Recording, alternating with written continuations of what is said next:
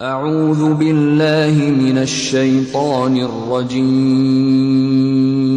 پناہ مانگتا ہوں اللہ کی شیطان مردود سے۔ بسم اللہ الرحمن الرحیم۔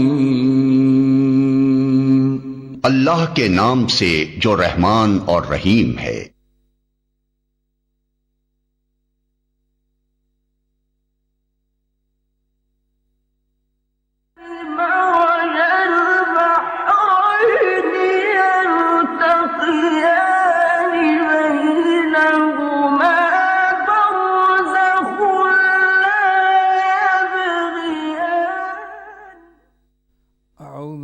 من الشیطان الرجیم۔ بسم اللہ الرحمن الرحیم۔ الحمد للہ رب العالمین، الصلاۃ والسلام علی سیدنا و نبینا و طبیب نفوسنا ابی القاسم محمد وعلی آلہ الطیبین الطاہرین المعصومین المنتجبین المنتخبین الذین اذهب اللہ عنہم الرجس وطہرہم تطہیرا واللعن الدائم علی اعدائہم اجمعین، اما بعد فاعوذ باللہ من الشیطان الرجیم۔ بسم اللہ الرحمن الرحیم۔ ومن احسن دینا ممن اسلم وجہہ للہ وَهُوَ مُحْسِنٌ وَاتَّبَعَ مِلَّةَ إِبْرَاهِيمَ حَنِيفًا وَاتَّخَذَ اللَّهُ إِبْرَاهِيمَ خَلِيلًا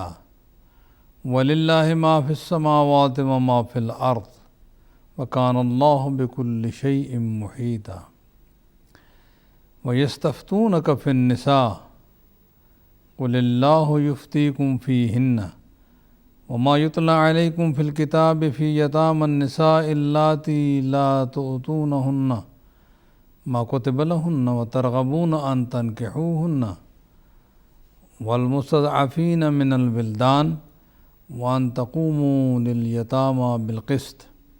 وما تفعلوا من خير فإن الله كان به عليما وإن امرأة خافت من بعلها نشوزا أو إعراضا فلا جناح عليهما أن يصلحا بينهما صلحا والصلح خير وأحضرت الأنفس الشح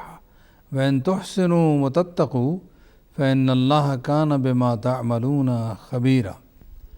صدق الله مولانا العظيم وصدق رسولنا الكريم ونحن على ذلك من الشاہدین والشاکرین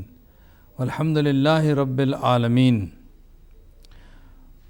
معزز محترم سامعین و ناظرین، آپ کی خدمت میں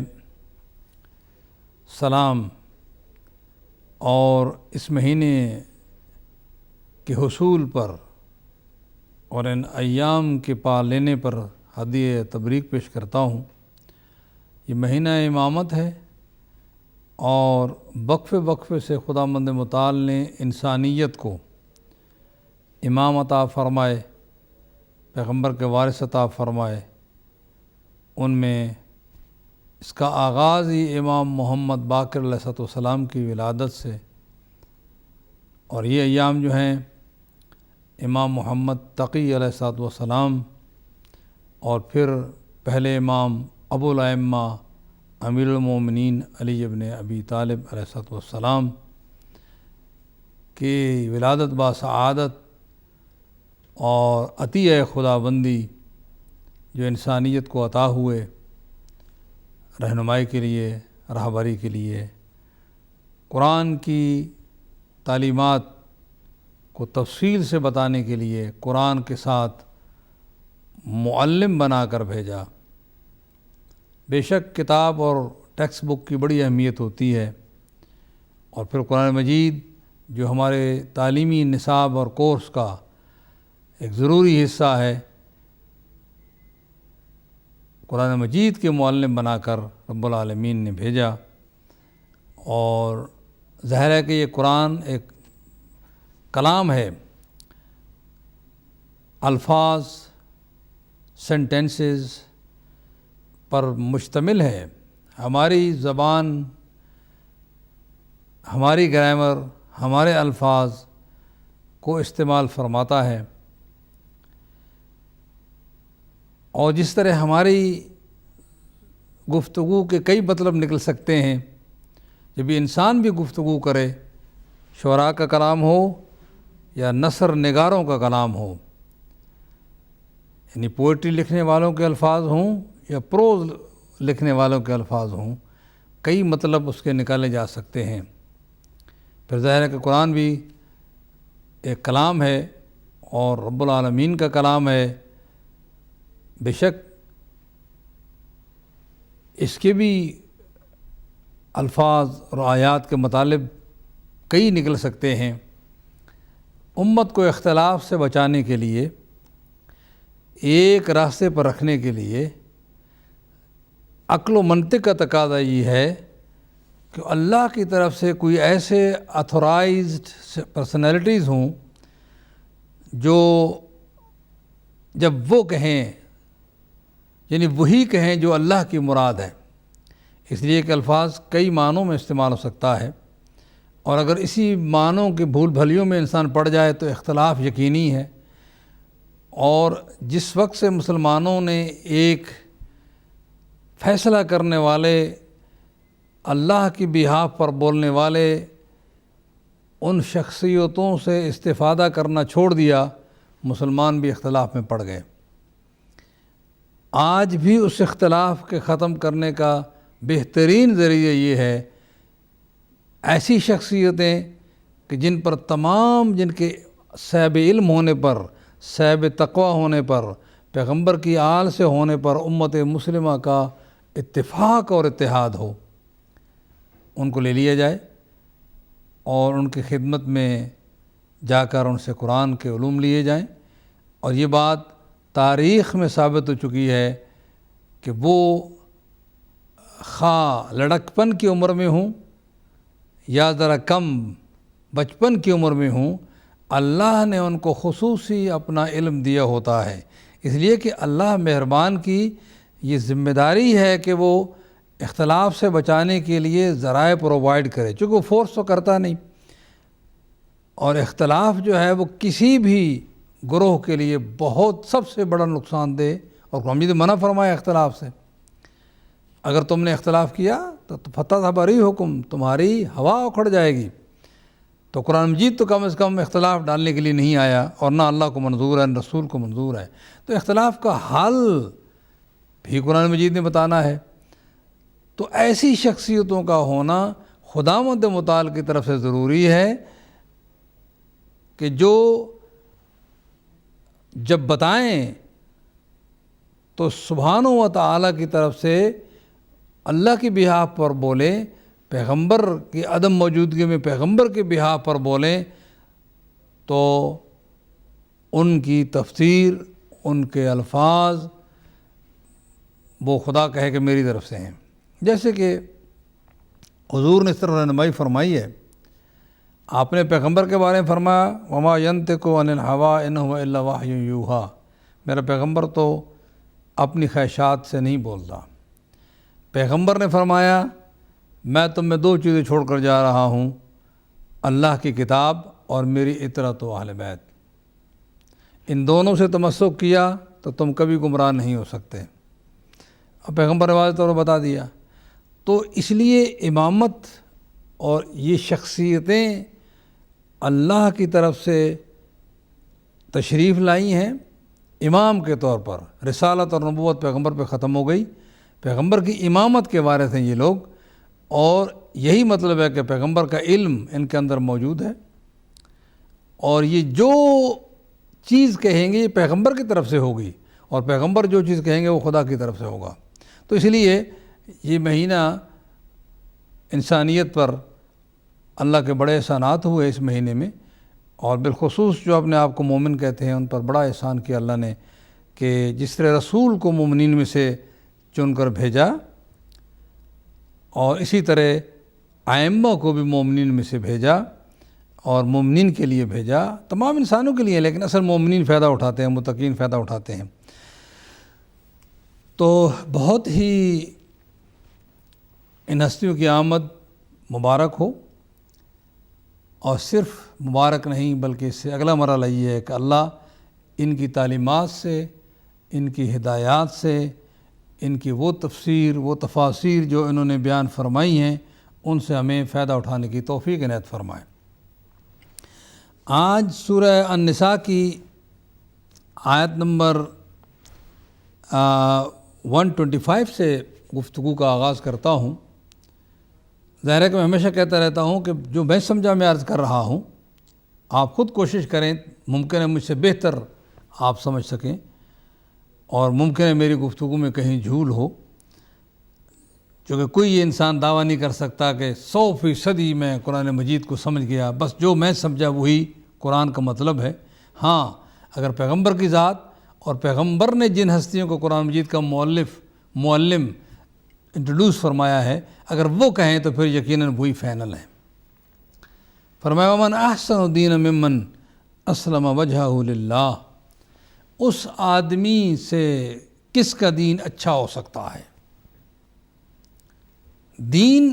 جو اللہ نے، ان الدین عند اللہ الاسلام، اللہ کے ہاں جو دین پسندیدہ ہے وہ اسلام ہے، یعنی زندگی گزارنے کا طریقہ کار وہ اسلام ہے۔ لیکن انسانوں کی وجہ سے کچھ انسانوں کی سمجھ کم، کچھ زیادہ، کچھ عمل کم، کچھ زیادہ، تو فرمایا کہ جو جتنا دیندار ہے، دین اسلام پر عمل کرتا ہے،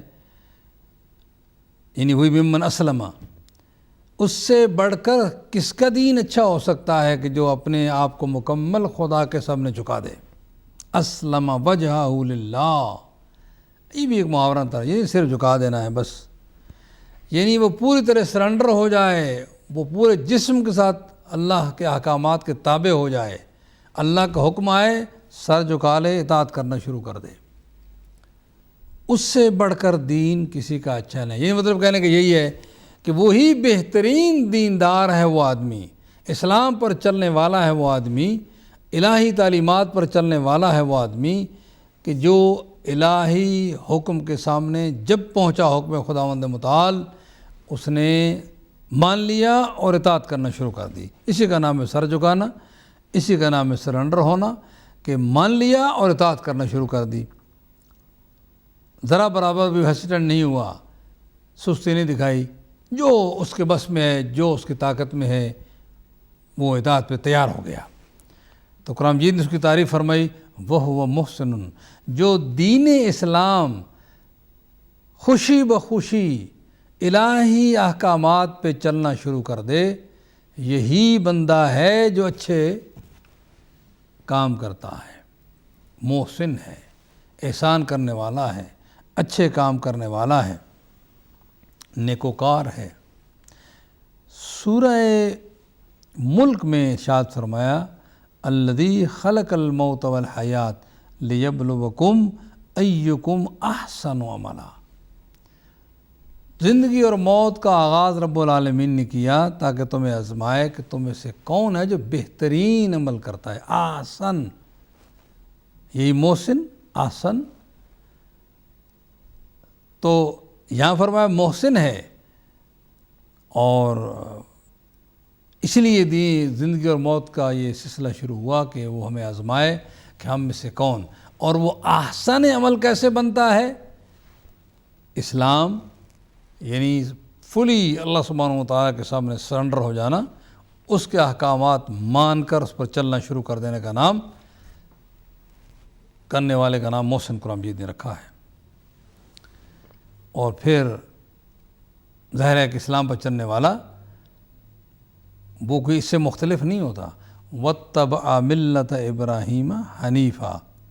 حضرت ابراہیم کے طریقے پر وہ چلتا ہے۔ حضرت ابراہیم کا طریقہ اسلام میں آ گیا، اسلام سے کوئی مختلف نہیں ہے، لیکن جناب ابراہیم کا نام لے کر اہل کتاب کو متوجہ فرمایا کہ جناب ابراہیم اللہ سبحانہ و تعالی کے ہر حکم کے پابند تھے، ان کی محبت کسی سے خدا کی وجہ سے تھی، ان کی ناراضگی کسی سے خدا کی وجہ سے تھی، وہ اللہ کے بہت ہی اللہ کی وجہ سے ان کے سارے امور دیکھیے کہیں ملتا ہے کہ وہ سوائے خدا کے کسی سے سوال نہیں کرتے تھے، اور ظاہر ہے کہ اللہ اکبر، یہ محبت، تعلق، معرفت ہے۔ اور کہیں یہ لکھا ہے کہ اس کا مطلب کہ حضرت ابراہیم علی نبینا علیہ الصلوۃ والسلام کی ساری محبتیں خدا کے لیے تھیں۔ واقعہ قرآن مجید میں ہر جگہ موجود ہے کہ اپنے بیٹے اسماعیل ذبیح اللہ جیسے بیٹے علی نبینا علیہ الصلوۃ والسلام کو ذبح کرنے کے لیے تیار، نور محمدی کے حامل اسماعیل ذبح کرنے کے لیے تیار ہو گئے۔ اس کے کہتے ہیں محبت رب العالمین، ساری محبتیں پیچھے، سب کچھ اس کی حیثیت ثانوی۔ ایک چیز جس کی اولیت تھی حضرت ابراہیم کے ہاں کہ وہ رب العالمین سے سب سے زیادہ پیار کرتے تھے، رب العالمین کے حکم کو سب سے آگے سمجھتے تھے، اور جو حکم رب العالمین کی طرف سے آتا تھا اس پر من و عن عمل فرماتے تھے، اور دل میں ذرا برابر بھی اس میں نہیں آنے دیتے تھے بات، یہ کیوں، کہاں، کیسے، جیسے سمجھ آئی، جیسے حکم آیا ایسی عمل فرمایا۔ ساری محبتیں خدا کے لیے، ساری اطاعتیں خدا کے لیے۔ اور قرآن مجید نے پھر ایک اور آگے بڑھ کر ارشاد فرمایا، جب ابراہیم نے اس انداز سے اپنے آپ کو پیش کیا تو ہم نے بھی اس کو اپنا خلیل بنا لیا۔ واتخذ اللہ ابراہیم خلیلا، ہم نے بھی ان کو اپنا خلیل بنا لیا۔ خلیل کا جنرلی عربک جو میننگ ہے سمجھ آتی ہے، پہلا جو انسان کسی کو کہے کہ میرا خلیل ہے، یعنی دوست ہے۔ اب دیکھیں، پہلی بات تو یہ ہے کہ اللہ سبحانہ وتعالیٰ کو کسی دوست، کسی ہمسائے، کسی مددگار، کسی مشیر، کسی معاون کی ضرورت ہی نہیں۔ لیکن یہ جناب ابراہیم کا مرتبہ بلند کرنے کے لیے جب اللہ سبحانہ وتعالیٰ کسی بندے کی تعریف فرماتا ہے کہ وہ ولی اللہ ہو گیا یا خلیل ہو گیا یا حبیب ہو گیا، یہ اللہ سبحانہ وتعالیٰ اپنی ذات کی وجہ سے یہ نہیں فرماتا، لیکن کسی بندے کا مرتبہ بلند کرنے کے لیے، اس کو لوگوں کو بتانے کے لیے اس کا مقام کیا ہے، اس کو کچھ عناوین، کچھ ٹائٹل دیتا ہے۔ حضرت ابراہیم کو خلیل کا ٹائٹل عطا فرمایا کہ ابراہیم علی نبینا علیہ السلام کہ وہ میرے لیے سوچتے تھے، ہمیشہ میری وجہ سے محبت کرتے تھے، میری مخلوق کا خیال رکھتے تھے۔ مخلوق الگ ہی ہے، اور مخلوق سے پیار بھی خدا کی وجہ سے تھا، تو ان کو خلیل بنایا۔ اور ہمارے مولا آقا سید الرسول امام الانبیاء حضرت محمد مصطفیٰ کو اپنا حبیب بنایا۔ آپ کا لقب حبیب اللہ، جناب ابراہیم کا لقب خلیل اللہ، جناب موسیٰ کا لقب کلیم اللہ۔ تو یہ جو ہے نا حضرت عیسیٰ کا روح اللہ، تو یہ الفاظ جو دیے جاتے ہیں، ان الفاظ کا مطلب یہی ہے کہ ان کی عزت افزائی کی جاتی ہے، ان کا مقام لوگوں کے اندر بتایا جاتا ہے کہ ان کا مقام بہت زیادہ ہے رب العالمین کے ہاں۔ ظاہر رب العالمین کے ہاں جس ہستی کا مقام بلند ہو وہ مخلوق دوسری مخلوق سے بلند ہوتا ہے۔ یہ تعلق سارے عہدے، مقام، مرتبے رب العالمین کی وجہ سے بڑھتے ہیں۔ دنیا کا نظام اگرچہ تھوڑا سا مختلف ہو گیا ہے، فلاں فلاں کے زیادہ قریب ہے، بادشاہ کے زیادہ قریب ہے، لیکن رب العالمین کے، لیکن اس پہ اسٹڈی کیجئے گا، سوچیے گا، تفسیروں میں جائیے کہ حضرت ابراہیم کو خلیل کیوں بنایا، کوئی وجہ ہے؟ اصل میں آپ دیکھیں تو ان ہستیوں پر لاکھوں سلام ہوں کہ جو صرف خدا سے پیار کرتے ہیں، باقی ساری محبتیں ان کی دوسری اور سیکنڈری حیثیت۔ یہ ہم جب بھی ہم بات کرتے ہیں رسول گرامی صلی اللہ علیہ وسلم کے بارے میں کہ پیغمبر کی محبتیں وہ خدا کی وجہ سے بڑھتی ہیں، اپنی ذات کو پیغمبر پیچھے رکھتے ہیں۔ یعنی ہم جب یہ کہتے ہیں کہ حضور حضرت فاطمہ الزہراء صلوات اللہ علیہا کے استقبال کے لیے کھڑے ہو جاتے تھے، ہم جب یہ کہتے ہیں کہ حضور جناب زہرا صلوات اللہ علیہا سے بہت پیار کرتے تھے، تو ہمارے ذہن میں یہ نہیں آنا چاہیے کہ حضور اپنی نسبت سے کہ میری بیٹی ہے اس لیے، بلکہ یوں آنا چاہیے کہ حضور اس لیے استقبال کرتے تھے کہ وہ اللہ کی طرف سے عالمین کی عورتوں کی سردار مقرر ہوئی ہیں، اللہ کی طرف سے ان کا ایک مقام و مرتبہ ہے۔ بیٹی ہونا بالکل حق اور سچ ہے، مگر پھر بھی یہ نسبت ثانوی ہے نبیوں کے لیے اور بالخصوص سردار انبیاء کے لیے، جو حضرت ابراہیم کے بھی سردار اور امام ہیں۔ ان کے لیے یہ نسبتیں جو اپنی ذاتی نسبتیں ہیں وہ باقاعدہ دوسری حیثیت میں آتی ہیں۔ اس لیے اگر حسنین شریفین سے پیار کرتے تھے، جی حضور اپنے نواسوں سے پیار کرتے ہیں۔ عام قاری، عام گفتگو کرنے والا، عام خطیب یہی بات کرتا ہے، یہ بات بھی غلط نہیں ہے، لیکن پیغمبر کی صلی اللہ علیہ وآلہ وسلم اس ذات کو اس انداز سے ذرا کہ وہ اپنی نسبت سے ہمیشہ تعریفیں کرتے تھے نہیں، وہ کسی کی بھی تعریف کرتے تھے اور کسی سے محبت کرتے تھے پہلے خدا کی ذات کی وجہ سے، اور یہ ہونا بھی چاہیے، اس لیے کہ پیغمبر اول و آخر پیغمبر ہوتے ہیں، ما محمد الا رسول، رسول کی ذات اور امام الانبیاء جو ہیں وہ کبھی دوسری اینگل سے نہیں سوچتے، وہ ہمیشہ سوچتے ہیں خدا کی وجہ سے۔ اگر جناب زہرا کی استقبال کے لیے کھڑے ہوتے تھے تو بیٹی ہونے کی حیثیت نہیں، سیدۃ نساء العالمین ہونے کی حیثیت سے۔ اگر حسنین شریفین سے پیار کرتے تھے، نواسہ ہونے کی حیثیت دوسری سیکنڈری حیثیت ہے، پہلی حیثیت یہ ہے کہ وہ اللہ اس مشن کے لیے مفید اور اس مشن کو آگے بڑھانے کے لیے ان لوگوں کو اللہ نے امام بنایا ہے، اللہ کی طرف سے یہ نمائندہ ہیں، تو پیغمبر ان سے پیار بھی کرتے تھے، پیغمبر ان کی فضائل بھی بیان فرماتے تھے۔ اور اسی طرح حضرت علی علیہ السلام ہے، اگر حضرت علی علیہ السلام کے فضائل بیان فرمائے، اعلمکم علی اقضاکم علی، تم میں سے سب سے زیادہ علم رکھنے والا علی، سب سے بڑا قاضی علی علیہ السلام، اب یہ اتقاکم علی، تم سے سب سے بڑا متقی اے میرے ارد گرد بیٹھنے والوں علی ہیں۔ اب یہ الفاظ جو پیغمبر فرماتے تھے اس لیے نہیں کہ میرے داماد ہیں،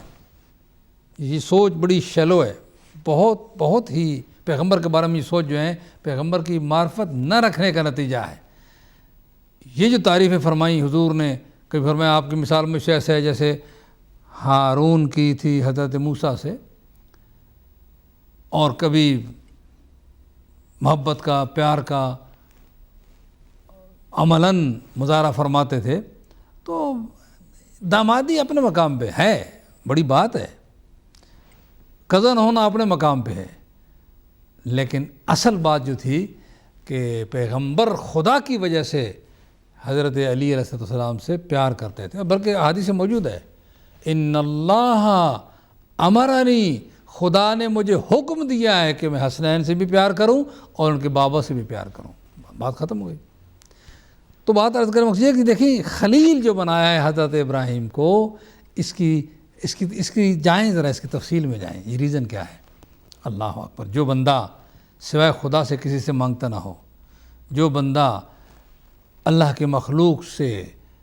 ہر جگہ اس طرح پیار کرتا ہو کہ ان کی ضروریات کا خیال رکھتا ہو، اپنی ضروریات سے ترجیح دیتا ہو، اسی طرح جو ہے وہ ساری اس کی محبتیں جو ہیں وہ خدا کی وجہ سے ہوں۔ خدا نے کہا اپنے بیٹے اسماعیل کو، بیوی کو وہاں چھوڑ جائے، میرے گھر کے پاس، کوئی گھر بھی نہیں تھا،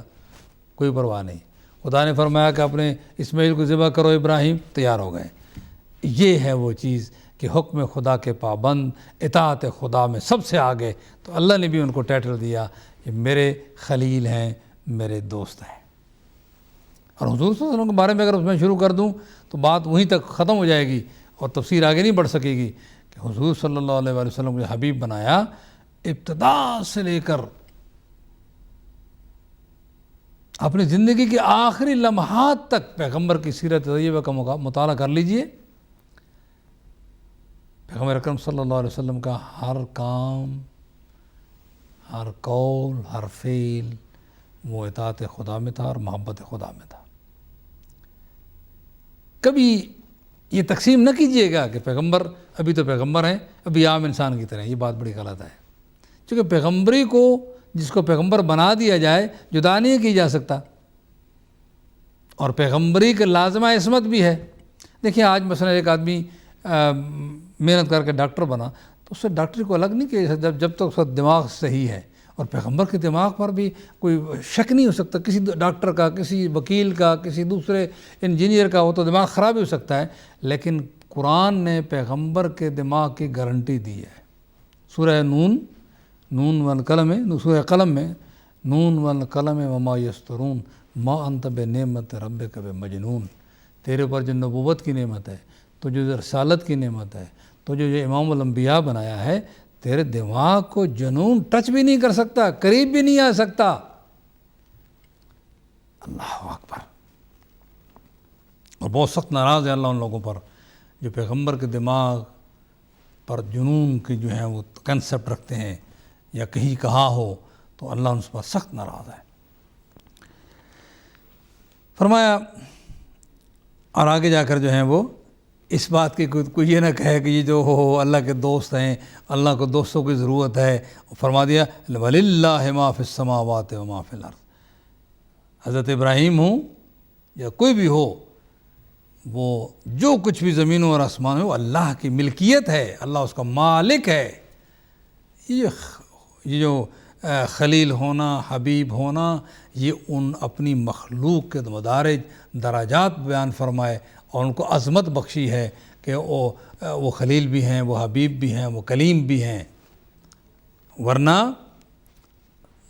اور پھر فرمایا، اعلان فرما دیا وَلِلَّهِ مَا فِي السَّمَاوَاتِ مَا فِي الْأَرْضِ وَكَانَ اللَّهُ بِكُلِّ شَيْءٍ مُحِيطًا، اور اللہ تعالیٰ ہر چیز کے احاطہ کیے ہوئے ہے۔ اب ایک اور مسئلے کو قرآن مجید چھیڑ رہا ہے یہاں،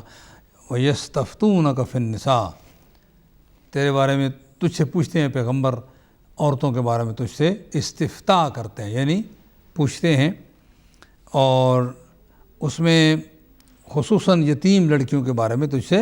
سوال کرتے ہیں۔ قُلِ اللَّهُ يُفْتِيكُمْ فِيهِنَّ، ان کے بارے میں رب العالمین تمہیں بتاتا ہے، وَمَا يُتْلَىٰ عَلَيْكُمْ فِي الْكِتَابِ،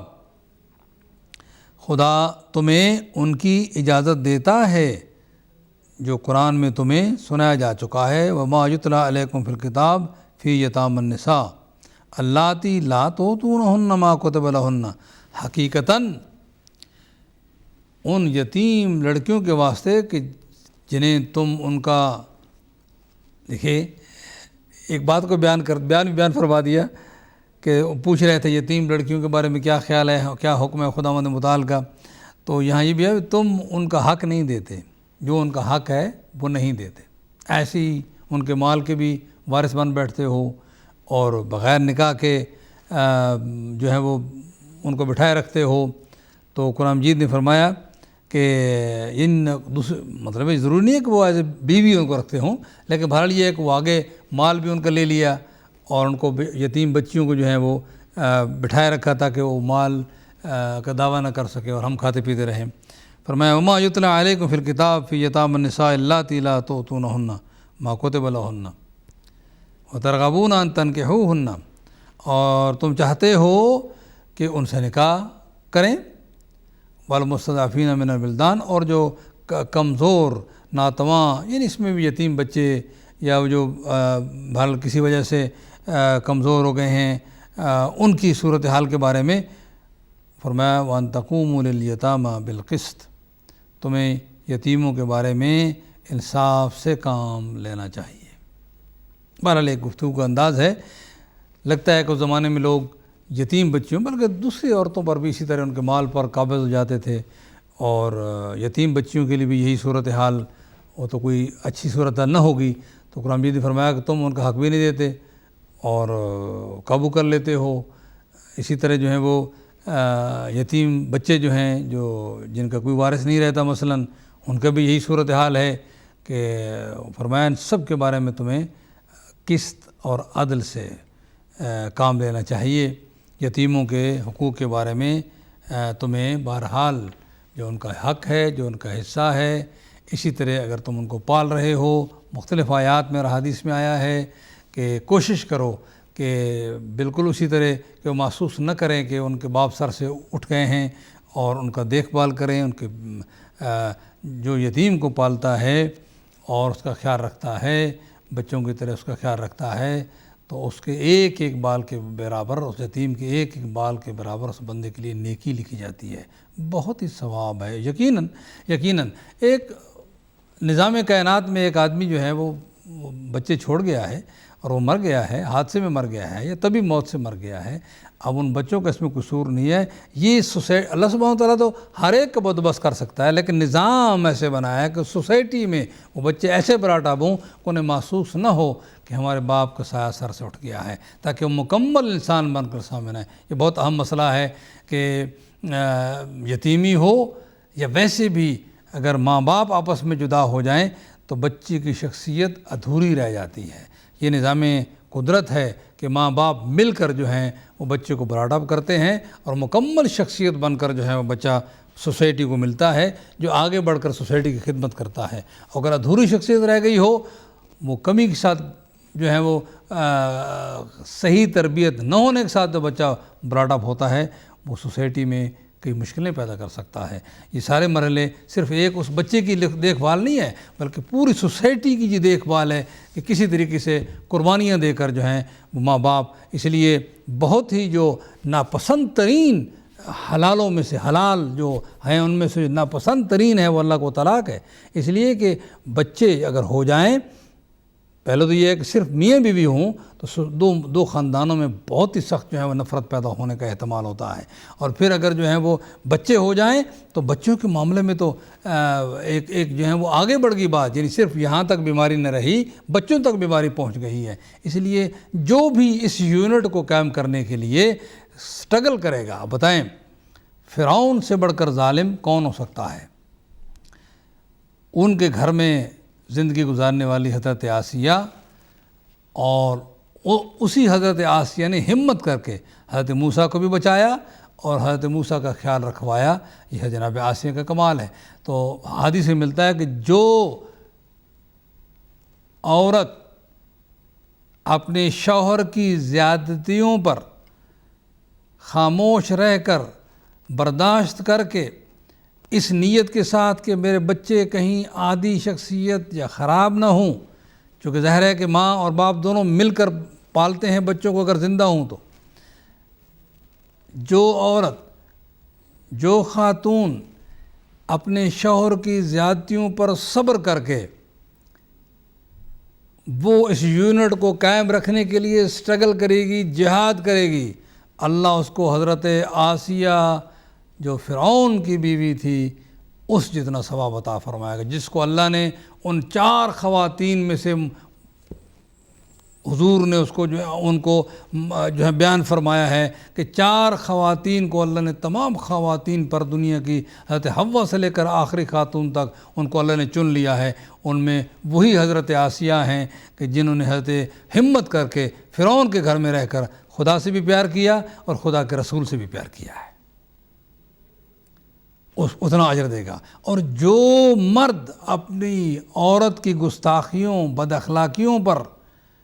برداشت کر کے اس یونٹ کو قائم رکھنے کی کوشش کرے گا، اس کے لیے اللہ جل شانہ نے حضرت نوح اور حضرت لوط جتنا جو ہے ثواب رکھا۔ اس لیے کہ حضرت نوح اور لوط کی جو بیویاں تھیں وہ بہت ہی تکلیف دہ کردار تھا ان کا، اور ان کی اخلاقی کیفیت ٹھیک نہیں تھی، پیغمبروں کو ستاتی تھیں، یعنی مطلب بد کردار نہیں تھیں، بد اخلاق تھیں، ان کا اخلاق درست نہیں تھا۔ پیغمبروں کی بیویاں بد کردار نہیں ہوتی اور نہ پیغمبر ان کو پھر رکھ سکتے ہیں، لیکن بد اخلاق ہو سکتی ہیں۔ تو حضرت نوح اور حضرت لوط جتنا جو ہے ان مردوں کو ثواب ملے گا جو صبر کر کے اس یونٹ کو قائم رکھتے ہیں۔ تو یہ بات ایسے نہیں ہے، کیونکہ یہ رشتہ بھی خدا کے لیے قائم ہوتا ہے، اور پھر خدا کے لیے اگر انسان قربانیاں دے تو اس کے لیے بڑا ثواب ہے۔ اور جو بیماری ایک میاں بیوی پر جو ہیں وہ ان کو لگ چکی ہے بد اخلاقی کی، تو کم از کم کسی حد تک بچے جو ہیں، کسی حد تک بچے اگر تھوڑا سا رکھ رکھاؤ کر رکھیں، بچے بچ جائیں گے۔ فرمایا وَإِنِ امْرَأَةٌ خَافَتْ مِنْ بَعْلِهَا، آگے پھر اس مرحلے کو بیان فرما رہا ہے کہ وَإِنِ امْرَأَةٌ خَافَتْ مِنْ بَعْلِهَا نُشُوزًا وَأَنْ تَقُومُ لِلْيَتَامَى بِالْقِسْطِ کے جملے ہیں کہ وہاں یہی ہے کہ قرآن مجید نے عدل و انصاف قائم کرنے کو کم از کم یعنی مثلا اگر کسی بندے کے ہاں زیادہ بیویاں ہیں، یعنی 4 تک ہیں، 3 تک ہیں، 2 تک ہیں، 1 سے زیادہ ہیں، تو وہاں بھی انصاف ہونا چاہیے، اور جو جتنا ٹائم ایک کو دے دوسرے کو اتنا ہی دے، جو چیز ایک کے لیے لائے اتنا ہی لائے، جیسے حضور کریم صلی اللہ علیہ وسلم کی سیرت طیبہ سے بالکل موجود ہے، اور اس کو ذرا اسٹڈی کرے انسان کہ وہ آپ نے کیسے اپنی بیویوں کے اندر انصاف قائم کیا۔ اسی طرح جو ہے وہ یتیم بچوں کا بھی اسی طرح خیال رکھا جائے، مشکل نہیں ہوتا اگر انسان خیال رکھے، دھیان رکھے۔ فرمایا ایک عورت پہلے مرتبہ آ چکا ہے کہ اگر شوہر کو خیال ہو کہ عورت جو ہے وہ نشوزہ کا معنی نافرمانی یا سرکشی کرے گی، یہاں یہ ہے کہ اگر عورت جو ہے اس کو خوف ہو من بعلہا نشوزاً او اعراضاً کہ وہ توجہ نہیں دے گا یا اس کو زیادتی کرے گا، فرمایا فلا جناح علیہما ان یصلحا، حرج نہیں ہے کہ وہ دونوں سلو کر لیں، بینہما صلحا، یعنی رب العالمین کی مرضی یہی ہے، عورت کی طرف سے زیادتی کا امکان ہو، پہلے جو سوچ سمجھ کر، کوئی مجبوری نہیں تھی جو انہوں نے ایک فیصلہ کیا اکٹھے رہنے کا، اب اگر کہیں کلیش ہو گیا ہے، حل موجود ہے، ہر جگہ حل موجود ہے، اور اس میں بہترین حل یہی ہے کہ انسان، عورت اپنے گریباں میں جھانکے، مرد اپنے گریباں میں جھانکے کہ کہیں میری غلطی، میری طرف سے غلطی تو نہیں ہے، کہیں میں نے تو بد اخلاقی نہیں کر دی ہے، جس کو کہتے ہیں کہ سیلف ایکیوزنگ جو سول اور نفس ہوتا ہے وہ بن جائے، اور یہ نہ کہیں کہ میں ہی بہت نیک ہوں، میں ہی بہت نیک ہوں، مرد بھی نہ کہے عورت بھی نہ کہے، اور کوشش کریں، اور جب آپ یوں صورتحال ہوگی کہ اپنے گریباں پہ ہر بندہ جھانکے گا کہ مجھ سے شاید زیادتی ہو گئی ہو، اور اپنے آپ کو جیسے حضرت یوسف نے کہا تھا کہ وما ابرئ نفسی ان النفس لامارۃ بالسوء، میں اپنے آپ کو بری نہیں کرتا، نفس جو ہے وہ بہرحال برائی کے لیے جو ہے وہ انکریج کرتا ہے، اور اگر انسان اس طرح سوچنا شروع کر دے کم از کم گھر کی زندگی میں، تو وہ بالکل گھر میں بہت کم،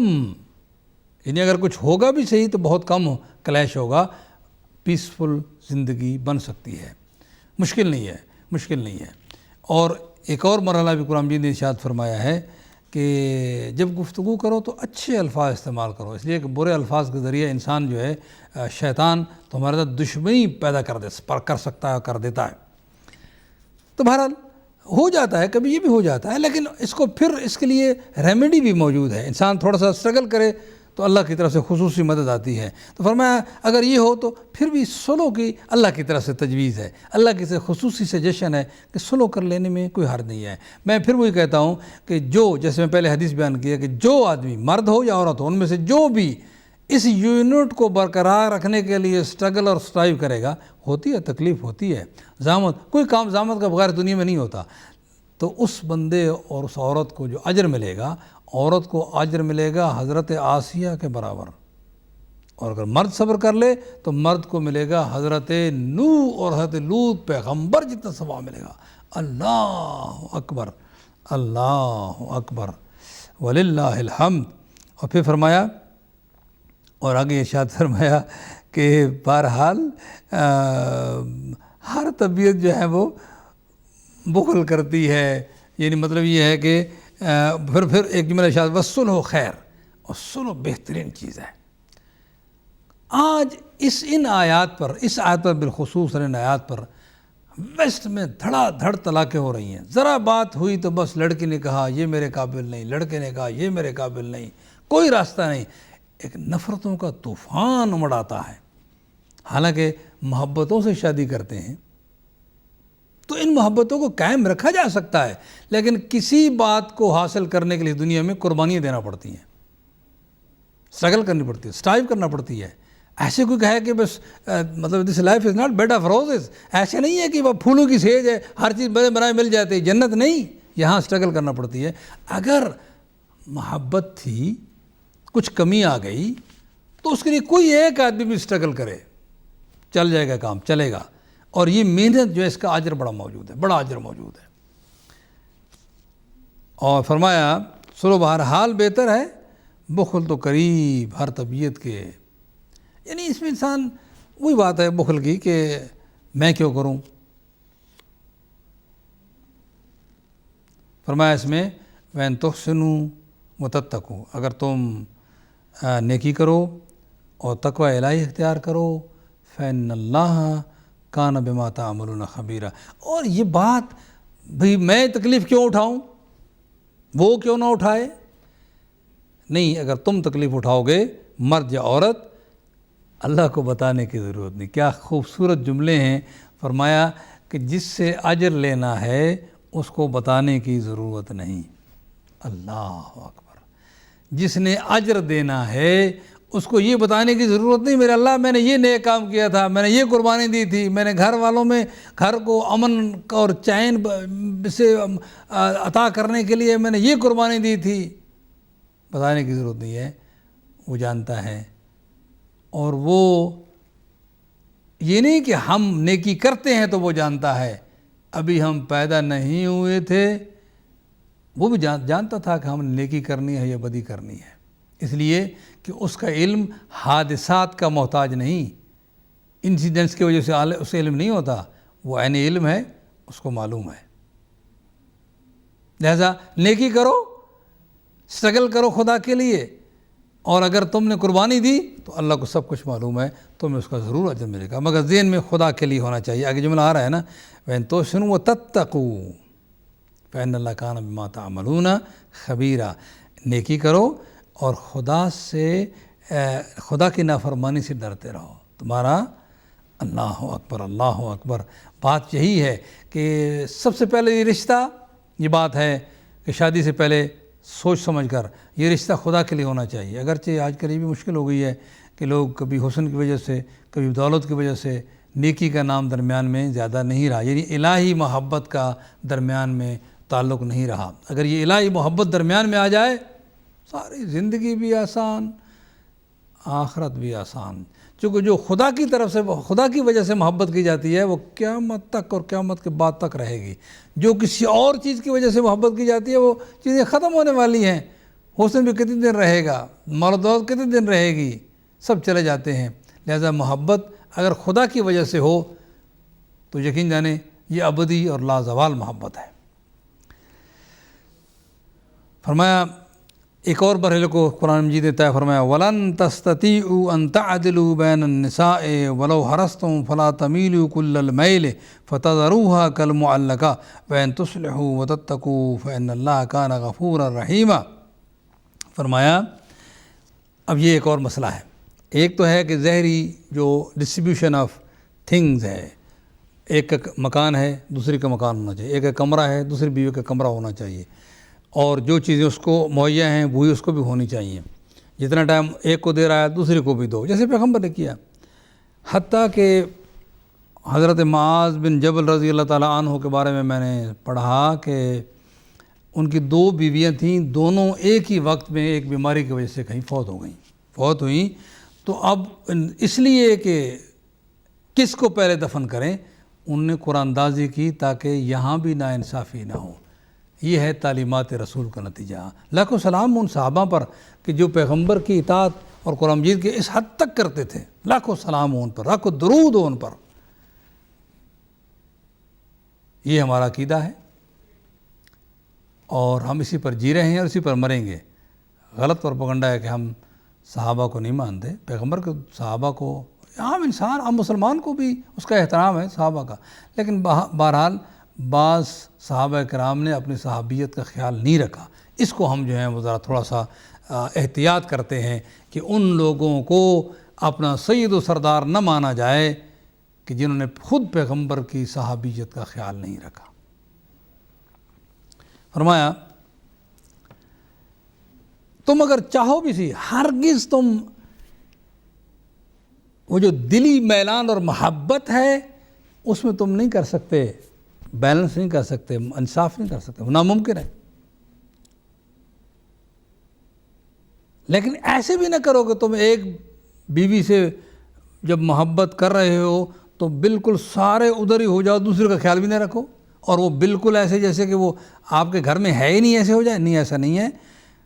قرآن مجید نے اس بات کو مانا ہے کہ انسان 100% جو ہے وہ اس محبت میں برابری نہیں کر سکتا، اولاد بھی نہیں سکتی، بیوی میں بھی نہیں کر سکتا، لیکن پھر ادھر عملاً ناانصافی نہ کرے. اگر وہ تو دل کی بات ہے نا، اس کو اپنے افعال میں نہ آنے دے، افعال میں نہ آنے دے. ولو حرصتم، تم اگر چاہو بھی صحیح تم نہیں کر سکتے، مگر لیکن کیا ہے، فلا تمیلوا کل المیل، ایک طرف نہ جھک جاؤ مکمل طور پر. فتذروها کالمعلقہ، ان کو ایسے چھوڑ دو جیسے کوئی ہے ہی نہیں. فرمایا من تصلحوا وتتقوا،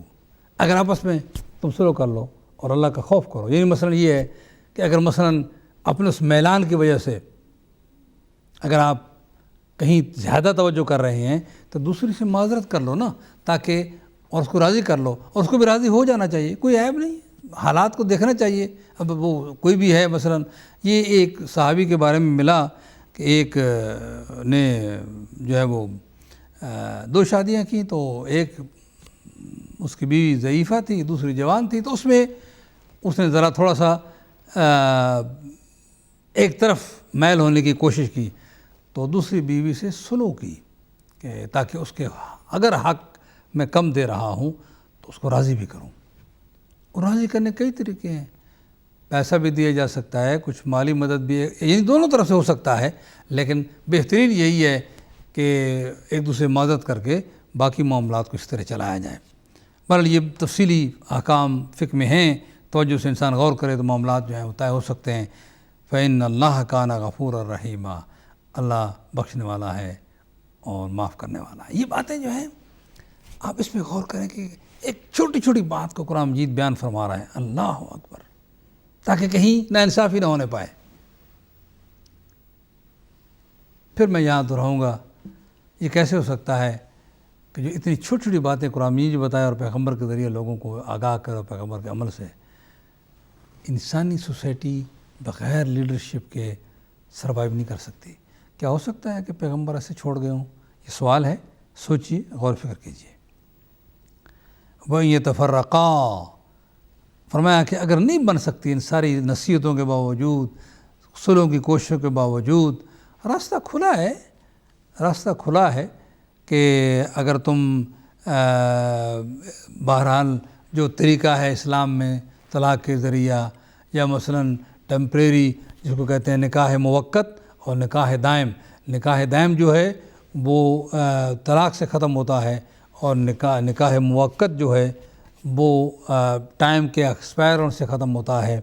تو اگر مثلا ٹائم لمبا ہو اور ابھی ٹائم باقی ہو اور حالات نہ چل سکے ہوں تو اس میں مناسب انداز سے الگ ہونے کے راستے موجود ہیں. ہو جاؤ، یغنی اللہ کل من سعتہ. اب جب زیادتی نہ کرو، زیادتی کرنے سے کیا ہوتا ہے کہ ظلم جو ہے وہ پھر انسان ظالم بن جاتا ہے. اگر ایسے بھی کرنا ہے تو جیسے کہ آج کل مثلا میاں بیوی کا جھگڑا ہو گیا، بیوی اپنے گھر ہے، میاں اپنے گھر ہے. اب اگر میاں سے کہا جائے، اکثر کیسز آتے ہیں کہ تم اب نہیں بچ سکتے ہو تو طلاق دے دو. نہیں جی ہم تو طلاق نہیں دیتے. اب یہ بات جو ہے زیادتی نہ کرو، تم اپنی راہ چلو، وہ اپنی راہ چلے. نہیں بنائی، خاندان والوں نے کوشش کی، لوگوں نے کوشش کی، آپ لوگوں نے بھی چلو کوشش کی، نہیں بنائی تو آپ زیادتی نہ کرو، صلح و صفائی کے ساتھ. اللہ نے وعدہ کر رکھا ہے یغنی اللہ کل من سعتہ، وہ اپنے وسیع خزانوں سے آپ دونوں کو جو ہے وہ آپ کے حالات درست فرما سکتا ہے.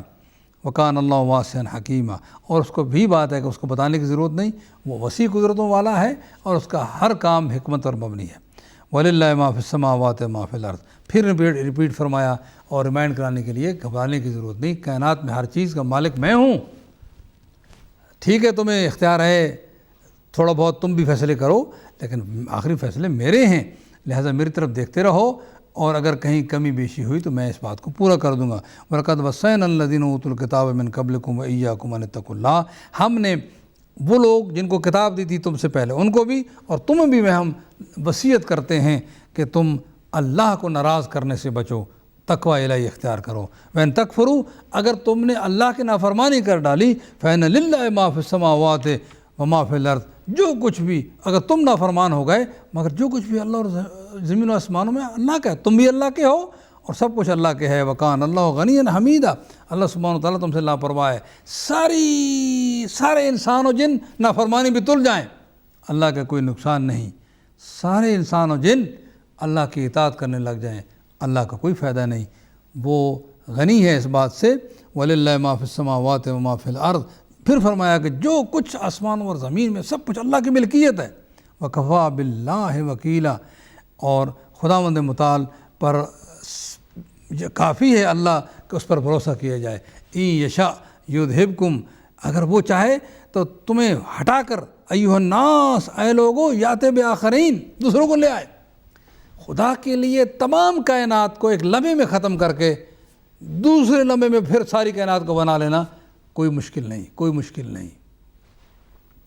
وہ چاہے تو تمہیں ہٹا کر دوسروں کو لے آئے۔ وکان اللہ علی ذلک قدیر، اللہ اس چیز پر قادر ہے۔ من کان یرید ثواب الدنیا فعند اللہ ثواب الدنیا والآخرہ وکان اللہ سمیعا بصیرا، جو ثواب دنیا لینا چاہے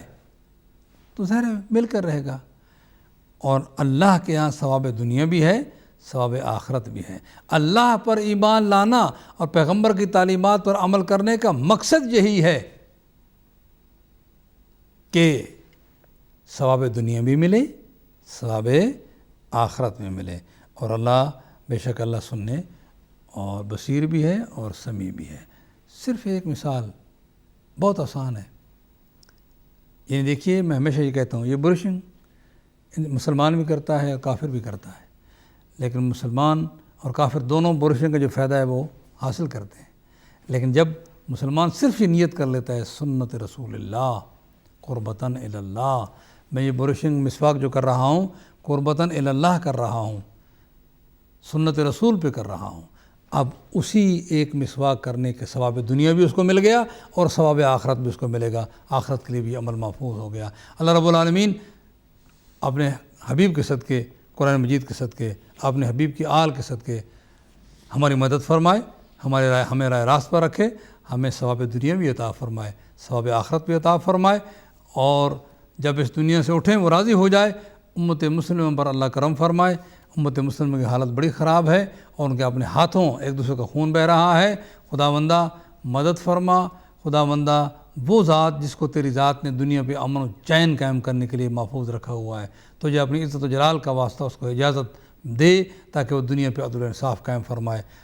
اب مسلمانوں کی بس کی بات نہیں ہے، بلکہ وہ تیرے اسلام کی بدنامی کا سبب بنے ہوئے ہیں۔ اسلام نہیں کہتا کہ اس طرح کے ظلم و ستم کیا جائے۔ خداوندہ مدد فرما، کرم فرما، رحم فرما، تمام سامعین کے دلی حاجات پورے فرما، اور سب کی خدمت میں سلام، آپ سے التماس دعا، آپ کے لیے دعا۔ والسلام علیکم ورحمۃ اللہ وبرکاتہ۔